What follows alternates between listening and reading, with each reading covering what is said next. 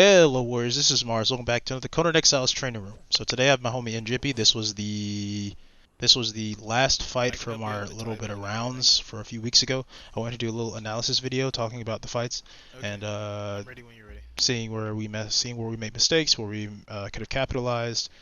Basically breaking down the fights in full context, and that's pretty much the whole premise. So let's go ahead and get started. First off, I want to say Njippy just made a new channel. He had some issues with his previous channel, and I will be leaving a link to his channel in the description. He does a lot of raiding content. He does a lot of PvP content, so please go check him out. So as the fight starts, we're filling each other out with spears, really just seeing what we can get, who's gonna give what. I mean, this is about I want to say this is like the fifth or sixth fight. I want to say fifth or sixth fight. So right now I'm focusing on trying to see how passive he's going to play. He's not a passive player, but I know he's going to be looking for specific movements. He does a lot of roll stabbings, and I focus more on counterplay. My whole counterplay is I like to get behind people, I like to get to the side of people, I like to move around them. I notice he has daggers. My whole opinion on daggers are effective, but I prefer to be extremely sneaky. I noticed his favored weapon for most of the matches has been the Black Ice Broadsword. So I'm really, when you see me trade with him, I'm showing I'm not afraid of that weapon. It's always important. Like you can fight that weapon, but just be careful taking certain hits. He's very good with using the broadsword. As you can see, I focus on movement. I'm not always throwing out attacks. Now I notice when he switches to certain weapons, I will press on him, like the daggers. I'll usually move around his back, or I'll move to the side and I'll go for side stabs. This is an easy way to counter daggers. Try your best not to be too spammy with daggers until you can get right on top of somebody. What I feel is important for dagger play is you want to move in these. You both need to be moving in the same direction, or you need to be moving in how should I say the same direction? Like you need to be moving towards each other to make daggers effective, and you need to be like you need to be able to be very, very sneaky with it. Don't use it like randomly. I mean, sometimes it works out, sometimes it doesn't. So you're using the broadsword again. Let's see here. He's really good at the broadsword. Those roll catches are fucking superb. Holy shit, those are some good catches. He has. I turn around immediately because like, nah, I'm not playing that game with you. I'm finna fucking show you I'm not afraid. So I took that damage. I wasn't afraid to take that damage. I showed him I wasn't afraid, and then I backed off. It's important to know when to have a nice little hasty retreat. Most people don't. Most people run a lot in duels. I try not to run at all. I'm really showing I'm not afraid of the broadsword. I'm telling him I'm going to stand my ground. I'm not going to run away. So I'm watching him. When I outstem, I try not to move too far away from people so people don't notice that I've outstemmed. I don't like putting too much separation. I don't like telling people what I'm. I don't like telegraphing what I'm doing. Let's see. Get a little animation cancels. I wish that light attack had landed. That'd have been beautiful. So like I said, I'm showing I'm not afraid of his broadsword combo.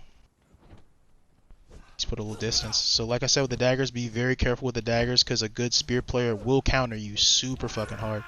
Like there's a lot of things that can counter daggers very easily. So you see I do a heavy attack and then a light attack. That's a good way to get people pressured. It's an easy 2 hits, and then you can roll into their roll when they try to evade you. It's a good form of pressure. That was a good move on his part. He went to where he knew I was going to be. I was going to go pick up that throwing axe. Now me, I don't like spamming throwing axes. I mean, you should use them as a damage application, but you shouldn't spam them in my opinion. It's just too much. So we got good trades going off. I used throwing axes to prevent him from healing.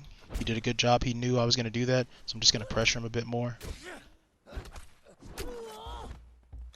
Should have been a little bit more careful there. I felt like later, a little bit further in the video, I made some mistakes. I could have capitalized so much. You'll see in a minute.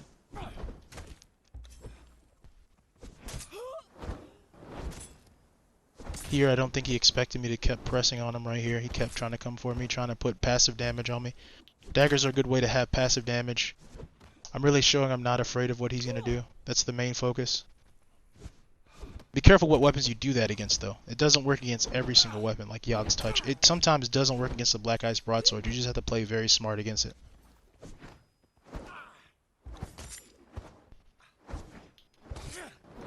Okay, let's see. He's really good with a broadsword. put a bit more pressure on him, show him not afraid. Watching his movement. He's really looking for that third heavy attack. That's what he wants to focus on. He has a lot of strength in his build, so he's focusing on that heavy attack. I'm still showing I'm not afraid at all. I'm applying the poison. Now, let's see. So here was a pretty good play on my part. I evaded most of his attacks. Put pressure on him, rolled into him, put another hit in him. Let's see here. Let's keep going. So put more pressure on him, prevented him from healing here. This is where the mistake is about to happen in a moment. I don't mind taking damage, that's why I wear medium. I wear medium just to take that damage against light armor targets. So here, I notice he's outstemmed. There's nothing he can do, but I have like 2 fatal mistakes here. So let's break down this section of the fight. So my goal was to get him as low as possible, but I made a few mistakes. I didn't have poison on my spear, which was really the weapon. I really should have had poison on the spear because that's what was going to pressure him. I forgot to put throwing axes in my Hot Wheel because that was going to be the weapon I was going to use to force him to roll.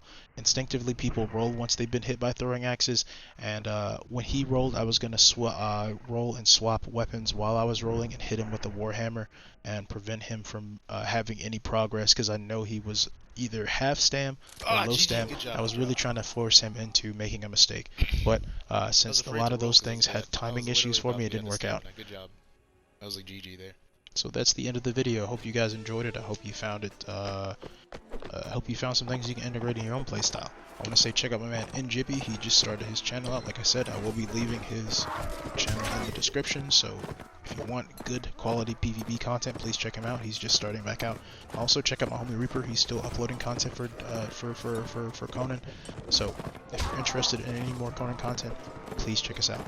Also, if you have any questions, please leave stuff in the comment section. If you want to talk about strategy or whatever, leave in the comment section. Also, I'll ask, be cordial in the comment section. Don't be toxic. And also, if you're just joining the channel for the first time, I'm always uploading content for Conan, or any other games that are focused on hack and slash or with a similar premise.